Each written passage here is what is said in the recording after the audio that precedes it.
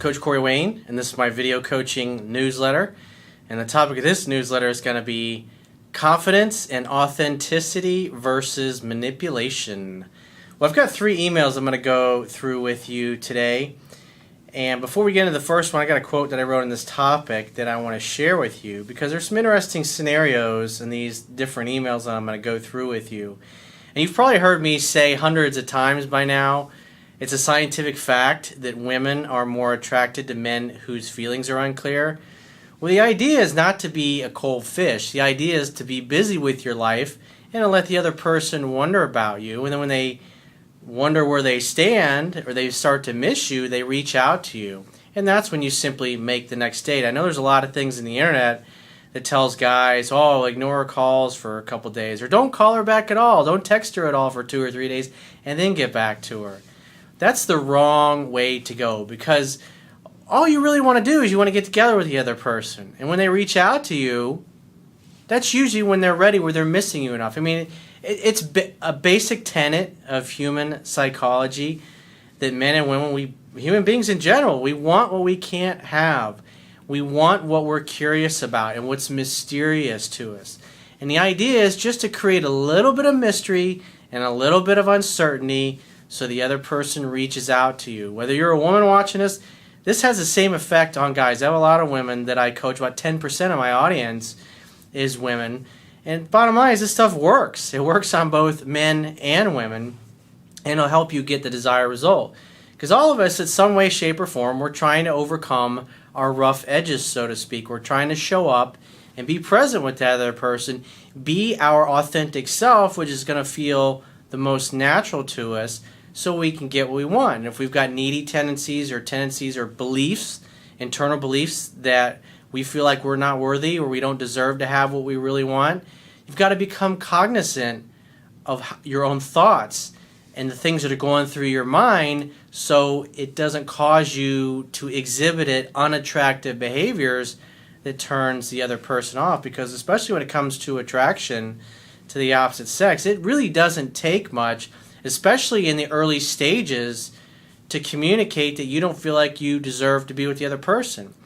And a high-status male or a high-status female, we tend to like people that are on the same kind of level. And so if you're trying to date up, in other words, if you're trying to go from where you were to really where you want to be so you can date the quality of person you really want, sometimes it incorporates faking it until you make it, so to speak. Now, it's not being phony or inauthentic, but it's starting to act and exhibit behaviors that a high-status, high-confident person would exhibit. Because when you start to do those things, when you start to act that way, you see that the other person will show up and naturally be attracted to you, and that attraction will grow over time. And as you start to see that in your own life, where you go from just reading what I talk about in my book and you actually start to see members of the opposite sex exhibiting those kinds of behaviors, that makes you feel confident. It makes you feel peaceful inside. It makes you feel relaxed and certain. It gives you just an overall feeling of all is well, everything's going to work out okay, no need to stress about it. And the more your experience becomes like that, those new memories that you're developing, those new experiences that you're developing, that builds your confidence. And the more your confidence grows, the more comfortable you become exhibiting even more of these behaviors, and the quality of the person that you're able to attract in your life and keep into your life. Or I should say keep in your life. So I got a quote that I wrote that I want to share with you, and then we're going to jump right into the first guy's email. And the quote says, masculine vulnerability is the willingness to take risks, express sexual interest, and go for what you want without fear of rejection or looking like a fool. True confidence and authenticity is the key to maintaining attraction over time and attracting non-manipulative lovers. Acting disinterested when you are actually interested, ignoring texts, messages, phone calls for days at a time, canceling dates to punish the other person for not doing what you want, or belittling those who you are attracted to will only attract manipulative and low self-esteem lovers, but repulse and repel high self-esteem, and confident lovers. You attract how you act. So let's jump into the first guy's email. It says, "Hey Corey, so my ex, who dumped me in February of this year, came back. The reason for her breaking up with me was me acting insecure and needy and clingy. In her words, I was not man enough for her. So in other words, you weren't in your masculine, you were in your feminine a lot of the time, which turned her off. In other words, you weren't being the leader. And that's why I love what I do, is because you can read a book like mine and you can watch these videos of countless other emails from men and women all over the world who have the same kinds of problems or issues that you have, and you can learn from that. And so in a situation like this, the ex comes back and now you're the new version of yourself, which what's beautiful about this is what's going to feel most natural to you anyways. This is helping you become your authentic self. She talked and talked, and by the time she was going to leave, I went in for the kiss. And he says, bad move, and she kissed me back. How is that a bad move, dude? That's the right thing. That's what you want to do. And man, that's being vulnerable. When you are vulnerable, in other words, you are risking rejection. You are risking her turning the cheek. You're risking her shooting you down. And you coming from the place of, hey, you could take it or leave it. You'd really like to have it, but that's the key. That's what men are supposed to do, is to show up. Being vulnerable is not talking about all the bad things that happened to you or all the exes that dumped you in the past. It's a willingness to get rejected. Because even though you put your best foot forward and say the same thing to one woman, and she might say, you're a jerk, you're a creep, you're a loser. And then the next one you meet, you do the same exact thing, the same shit comes out of your mouth, and she thinks you're the most charming and handsome man you've ever met. You never know what's going on in the other person's mind. You don't know what their background is. You don't know what their history is. You don't know what their belief system is. At the end of the day, what you're looking for is an energetic and a vibrational match. Somebody that's on the same level, emotionally, mentally, spiritually, and physically that you are. So there's a connection, a mutual connection there. You're not responsible for how other people view you. You're not responsible for other people's opinions. At the end of the day, it really doesn't fucking matter. The only thing that matters is how you feel about yourself and how you show up. He says, from there, we started talking again, though I kept the text messaging to a minimum. We met up a couple of times for short periods of time until I made plans to actually have a real date. We had dinner and went by the beach after a few drinks, and she brought up why I like her even though she was acting like a bitch. I told her it's because I know that was not you, and I know the real you, and that's the person I'm interested in.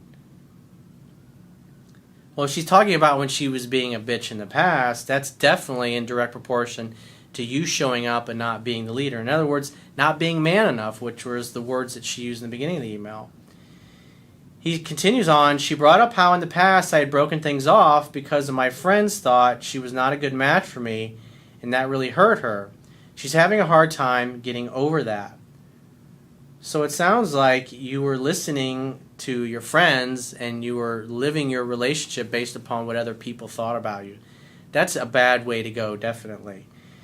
He says, I told her it's not like that no more, and I make my own decisions and no one else's opinions matters. It's like Stevie Wonder said, you can't live your life according to other people's expectations. And so I wrote about that in my book. I had some guys that I used to work with years ago that, I was dating a woman I was really into, and bottom line is they were jealous and envious, and they weren't doing me any favors. And since they all happened to talk to this particular woman, because she was in the insurance business, they were always doing little things, saying things to her, sometimes trying to flirt with her, just things trying to make me look bad because they were jealous and envious because they were single and they didn't have somebody that they cared that much about. And I learned, that was when I really learned the lesson. It's always better just to shut your fucking mouth. And from that point forward, it was almost 15 years ago at this point, I learned to just not talk about who I was dating and what was going on to the people around me, because women like it when a guy can keep his mouth shut. And also that way, you don't put yourself in a situation where maybe people that are weaker around you, people that you work with, or maybe friends you've had for a long time, interfere in your relationship. Therefore, they don't know about it. there's nothing they can really say. He says, that night she told me I don't want to have sex, and I was like, okay, I was not even thinking about that. Later on that night, I fucked her brains out. Well, when a woman says we're not having sex, it usually means we're definitely going to have sex as long as you don't talk me out of it. He says 2 days later, we made plans for which next led to sex again. It's like I say all the time, create an opportunity for sex to happen. Especially guys that are in this situation where they're trying to fix something where they screwed up in the past, like this particular guy. He got dumped because he wasn't acting like a man. He wasn't acting like the leader. And now that he walked and never looked back, she starts reaching out to him. This was February, and here we are in June. So this is like 4 months have gone by. And he's done all this work on himself, and he's learned all these new things. And so he's exhibiting the right kind of behavior, and it's having a positive effect on her. But the average person, when they're in these situations, they start talking about the relationship and thinking, when you haven't spoken for 4 months, you're just going to jump right into an exclusive relationship. That's the worst thing you can do. That's why it's just much simpler, much easier just to create an opportunity for sex to happen. That's what a date is. Hang out, have fun, and hook up. That's why I focus on that. It's just, otherwise, guys complicate things, and they just create a lot of problems. He says, after the second time, she told me she kind of missed me the next day through text message and said if she could come see me later on.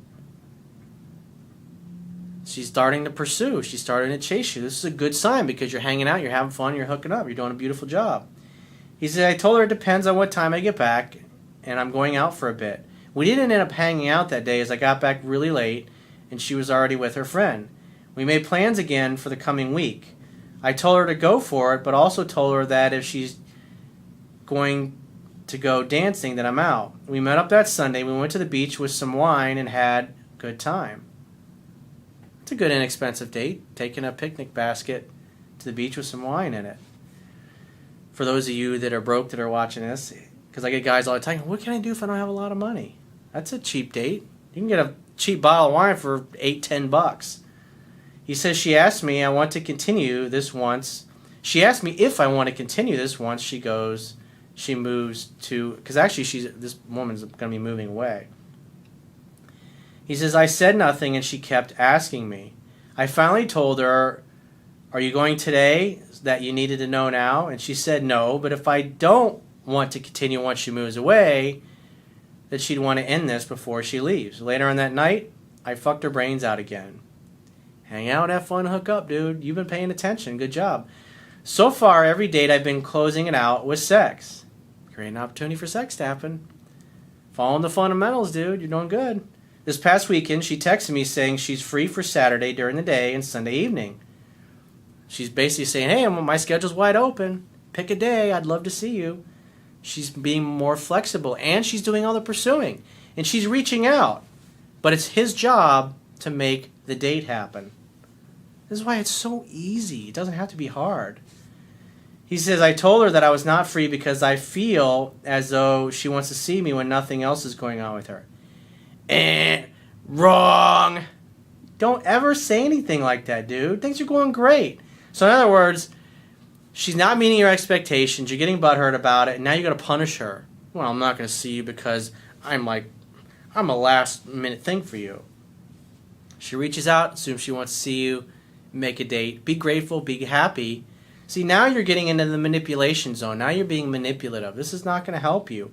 This will only work with a manipulative woman or a woman with low self-esteem. A woman with high self-esteem is going to be like, fuck this. He says every Friday night and Saturday she goes to party with a friend. We talked again yesterday, and she initiated the contact. I used this opportunity to plan the next date. She told me, I don't know, I'm working out Monday through Friday after work. And if I'm working and I'm busy on the weekend and next weekend. So you see what's going on here? Now she's manipulating you back. This is why it's just unnecessary to do this, dude. You're just complicating things. You're making it more difficult than it needs to be. He says, I just replied, okay, see you soon, being sarcastic. What I want is this girl to chase me again and be a higher priority in her life.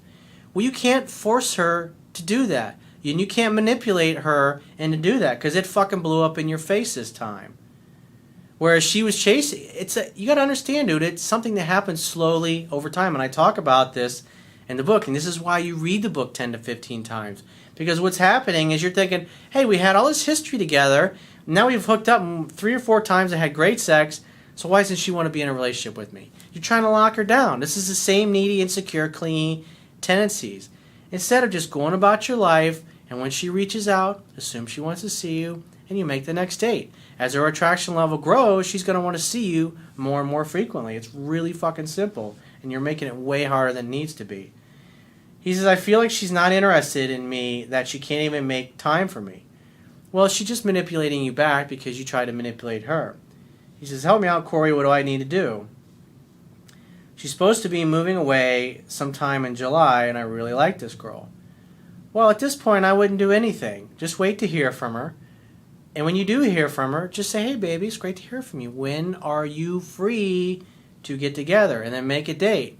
So you were doing great, and then you went right back to your old tendencies of trying to lock her down and force her to want to be with you more. It's like a cake baking in the oven. Or it's like cooking a steak on a grill. It takes a certain period of time, and you can't turn up the heat like all the way, because otherwise you burn the fucking steak or you burn the cake. I mean, think about it that way. It's just, if you've ever cooked anything, it's like some things, it's like if you ever had like a crock pot, I mean, some of those recipes take 3 or 4 hours. And what's so nice about using a crock pot is like the chicken or whatever meat you happen to cook in, and it just like literally comes apart. It's fucking so tender and so delicious. It's the same thing. You just got to let her come to you. And the more she's coming to you, the more she opens up to receive you, and the more she wants to spend time with you. And we get to the point where she'll go, you know what? I don't know if I really want to move away. She'll keep putting it off. But I promise you, if you keep trying to manipulate her like you started to do here, she's definitely going to move away, and that'll probably be the end of things. Wait to hear from her, make a date, and let her worry about the relationship stuff. And, as far as her, do you still want to see me if I move away? Say, yeah, absolutely. But, it takes two. I want to see that you're going to come back and visit me. It's not going to be all, I'll come out and visit you occasionally, but I want to see you come to put in the effort, and we'll just kind of see how it goes.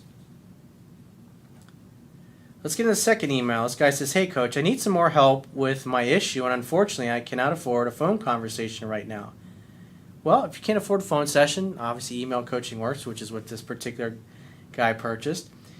He says, and I actually answered another email coaching for him in an email or video newsletter I did last week. He says, you responded to my email a few days ago attracting my ex from a long distance. A couple of weeks ago, she asked me to hang out when she was in town, but I was out of town, so I couldn't. So instead of contacting her every day like I used to, I waited a week, and I told her that I was sorry that I missed her the other day, and maybe we could get together again soon.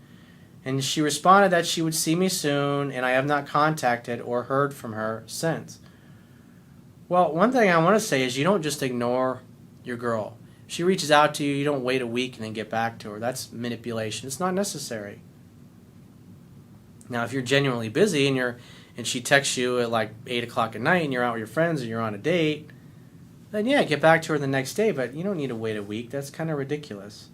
That shit backfires, just like the previous email. It blew up in his face. He says, if she reaches out to me again, she will probably test me like she always has, so please tell me how you would handle this. If she texts me something stupid out of the blue, like, hey, I just saw your dad, or something like that, should I respond to it, and then with a short answer, or wait a day, and then say, hey, sorry, I just got your message. Great to hear from you. When are you free to get together? Well, like I talk about this in the book. If she's reaching out to you at night, if it's after 7, 8 o'clock at night, you should be out with your friends or doing something. Get back to her the next morning. Hey, babe, got your message. I was out with a friend last night, but I'd love to see you when you're free to get together next. That's all you got to say. Makes her wonder, like, who was he with? What were you doing? Which has a positive effect on her attraction level. It's being mysterious, but it's not waiting several days. That's just not necessary. He says also, what if she initiates contact and I tell her to come over to my place and she says, fine, but we're not hooking up. I have a boyfriend. Do I respond playfully with, you don't have the pleasure of feeling me inside you anymore, baby? Or be the alpha male and say, hey, I'm not interested in friendship, so don't bother coming over? Well, obviously, if she's got a boyfriend now and she's dumped you, I wouldn't take her out on dates or do any of that shit. If she reaches out to you, just say, hey, I'd love to see you. when are you free to get together? And then let her tell you, and then invite her over to your place. Don't say, hey, come over to my place tomorrow. I wouldn't say that. If she says, I'm not interested in sex, just say, well, I'm not interested in something platonic. She says, well, I have a boyfriend. Then say, well, it's probably better that you don't come over. If things don't work out with your boyfriend, then give me a call and we can get together then, because I'd love to see you. He says, I know you said do not ever accept friendship, and I completely agree, but her and I have always been more than friends. We've always been flirty and hooked up regardless if she's had a boyfriend or not. So she's definitely just a sex playmate. And so another good playful way to respond to that is, hey, bottom line is we have a great sexual chemistry, and if you come over tomorrow night or you come over Thursday night when we have plans and you can't keep your hands off me, I'm not going to stop you. Just be playful, be fun-natured about that. Because if this is your history of just hanging, because obviously this is not girlfriend, she's got a boyfriend and yet she's fucked around with you on numerous occasions. This is just a sex playmate. She ain't a fuck buddy, friends with benefits, that's it. He says, when I say friends, I do not mean being her gay male girlfriend. I mean just keeping in touch and being flirty and hooking up when we see each other. How can I keep her as a fuck buddy without keeping in touch with her? Don't ever call her, don't ever contact her. She has a boyfriend. If she reaches out to you, assume she wants to see you, just invite her over to your place to make dinner together, or to have some wine, or to have some tea or coffee or whatever if you're a non-drinker. That's all you gotta do. Don't take her out. Don't do any of that shit. Plus, if you're out with her in a place in public, you run the risk of running into her boyfriend or one of her boyfriend's friends or one of her friends that knows she's supposedly in a relationship. And why bother? She's reaching out to you. Invite her over to your place. If this was your girl you used to date and she blew you off, you don't go out of your way for somebody like that. Just invite her over to your house. And that way you can hang out, have fun, and hook up at your place. No strings attached. And you don't have to worry about any kind of drama or issues with the guy that she's dating. He says, I know I've been acting like a needy little bitch until I read your book at this point. Do you think I should stop asking her on dates even if she initiated a couple weeks ago? The only time, and I've addressed this in numerous videos and in my book, the only time you stop asking a woman out is when she shoots you down consecutively 2 times in a row. In other words, one week she calls you, and after a minute or two, you're like, hey, I'd love to see you when you're free to get together. She goes, oh, I don't know, I'm not sure. Then you just say, hey, great, we'll figure out your schedule and get back to me. And say another week goes by, or 4 or 5 days later, or 2 or 3 days go by. She contacts you again. Same thing. Hey, when are you free to get together? So would you figure out your schedule? And she gives you the same, I don't know, I'm not sure. Then from that point forward, you don't ever ask her again. And whenever she contacts you after that, you never send more than 2 to 3 texts back and forth. Or if you're talking on the phone because she called you, you never talk for more than 2 to 3 minutes. You always end it with, hey, it was great hearing from you. I got to run. Keep in touch. And one of 2 things will happen. She'll either stop calling or she'll bring up getting together. And then if she brings up getting together, then you can go ahead and ask her when she's free and then make definite plans. He says, I'm sorry for bombarding you with tons of questions, but if you could please answer all of them, that would be awesome. Also, I want her to think I am over her and she reaches out. Should I say things like, I'd love to see you and I miss you? Wouldn't that look like I'm still into her and not over her? There's nothing wrong with being into her. She's reaching out and your job is to create an opportunity for sex to happen, dude. It's that simple. Of course you desire her. Women find that attractive when you desire them. She's reaching out to you. She's chasing you. And remember, if a woman is chasing you, she ain't dumping your ass. She ain't blowing you off. Wait to hear from her and just make the next date. It's really simple. Don't complicate things. But don't ever call her or text her because, again, she has a boyfriend. So you can just be the little friends with benefits on the side, the guy that she does all those naughty things with that she can't normally do those things with her boyfriend. That's the kind of relationship it sounds like you've always had with her, so keep it at that while you're continuing to look for somebody that's good girlfriend or relationship material if that's what you're looking for. So let's get into the third and final email. He says, hey coach, so long story short, I started dating this girl 2 months ago. We enjoyed hanging out, dating, and things progressed smoothly. She always called me and texted me to set up another date. We went on 10 dates. Lately I was traveling for work for 2 weeks, and during my travel we stayed in touch via text. I did 70% of the contact. It's a bad way to go, dude. Really, the guy only has to initiate contact for the first 1 to 3 dates. And once a woman starts reaching out, that's pretty much it. You just hang back and wait to hear from her. The fallback position is always once a week. You'll contact her. If you don't hear from her for a full 7 days, then yeah, you reach out to her. But 99.9% of the time, once a woman feels safe and comfortable enough with you, she's going to reach out and just, they're not going to ask you out on a date 99% of the time. They'll just call and say, hey, I saw a movie the other night and it reminded me of you. Or, hey, I was thinking about you. Just assume she wants to see you and make a date. It's that simple. But when you do 70% of the contact, it's too much. It's not mysterious. Now you're acting like the pursuer. You're acting like the woman. And this is the quickest way to get yourself friend zoned. He says, the last leg of my trip, I invited her to my sister's engagement party. You only do things like that when she is your girlfriend, when you're in a serious relationship with her. If it's somebody you're just casually dating, it's not until after she's in love with you and she's asked you to be her boyfriend that you start doing things with friends and family and stuff like that. Because other than that, it's too soon. It communicates that you're too serious too quickly about her. He says, the following 4 days I have done that. She stopped texting and contacted me back. You're over pursuing, definitely. He says, on the 5th day, because what it tells her is that you're more into her than she is into you. In other words, you place a higher value on her being in your life than she places on yours. And that's going to cause a woman to back up and not text or call you as much. And when you continue to call and text, you get yourself friend zoned. On the 5th day, she texted me the following. Hi, welcome back. Thank you for the messages and the wishes on Facebook. It was very nice to hear from you. I wanted to tell you that I had a good time when we hung out and I took some time to think about things. Uh-oh, this doesn't sound good. And I think that we are better off as friends. What was I just saying about friend zone? I have already read this email, so I know what happens. But, I mean, you just see it. It's like a train coming down the tracks. And it's blaring its horn, and you're like, it's not going to run me over. Sometimes the light at the end of the tunnel is an oncoming train. He says, I hope you can understand. Or she says, I hope you can understand. I texted her back, and I told her I understand, and asked her why she felt this way. Well, if you understand, why do you say you understand? And then ask her why she felt this way. And she said, I believe that I wasn't be able to go beyond the friendship line, and I also did feel that you were pushing ahead while I was still trying to figure out my place. In other words, what she's saying is, I could tell you were way more into me than I was into you. In other words, you placed a higher value on me being in your life than I placed on you being in mine. Therefore, we're not in the same place. He says, and I responded, did you make up your mind, or can we take it slow? And she responded, I'm not sure. I did not text her after that. My question is there a chance she could change her mind, or should I just move on? Should I fight for the relationship? You've been watching too many movies if you think you need to fight for her.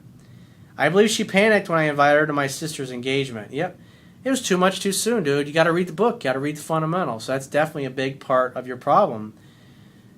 I wouldn't do anything. I wouldn't call her. I wouldn't text her. I wouldn't do nothing. And if she reaches out to you again, just say, hey, I'd love to see you when you're free to get together. And then make a date. If you've already been on 10 dates, you say, hey, grab a bottle of wine and come over to my place. We'll make dinner together. I wouldn't go out of your way at this point because she's friend zoned you. Make sure she's willing to come to your place. And if she's not willing to do that, just say, you know what? It's been a long week. I'm just in the mood to hang. Give me a call in a couple weeks, and when things settle down, we can go out to dinner and do something a little more formal.